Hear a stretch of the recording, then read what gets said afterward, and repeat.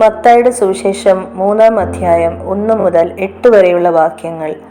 ആ കാലത്ത് യോഹന്നാൻ സ്നാപകൻ വന്ന് യഹൂദ്യ മരുഭൂമിയിൽ പ്രസംഗിച്ചു, സ്വർഗരാജ്യം സമീപിച്ചിരിക്കയാൽ മാനസാന്തരപ്പെടുവിനെന്ന് പറഞ്ഞു. മരുഭൂമിയിൽ വിളിച്ചു പറയുന്നവന്റെ വാക്കാവിത്, കർത്താവിന്റെ വഴി ഒരുക്കി അവന്റെ പാത നിരപ്പാക്കുവിൻ എന്നിങ്ങനെ യെശയ്യാ പ്രവാചകൻ പറഞ്ഞവൻ ഇവൻ തന്നെ. യോഹന്നാന് ഒട്ടകരോമം കൊണ്ടുള്ള ഉടുപ്പും അരയിൽ തോൽവാറുമുണ്ടായിരുന്നു. അവന്റെ ആഹാരമോ വെട്ടുക്കിളിയും കാട്ടുതേനുമായിരുന്നു.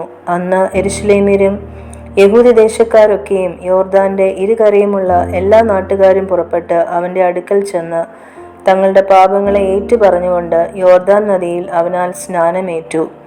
തന്റെ സ്നാനത്തിനായി പരീശരിലും സദൂക്യരിലും പലർ വരുന്നത് കണ്ടാറെ അവൻ അവരോട് പറഞ്ഞത്, സർപ്പസന്തതികളെ, വരുവാനുള്ള കോപത്തെ ഒഴിഞ്ഞ് ഓടിപ്പോകുവാൻ നിങ്ങൾക്ക് ഉപദേശിച്ചു തന്നതാർ? മാനസാന്തരത്തിന് യോഗ്യമായ ഫലം കായ്പിൻ.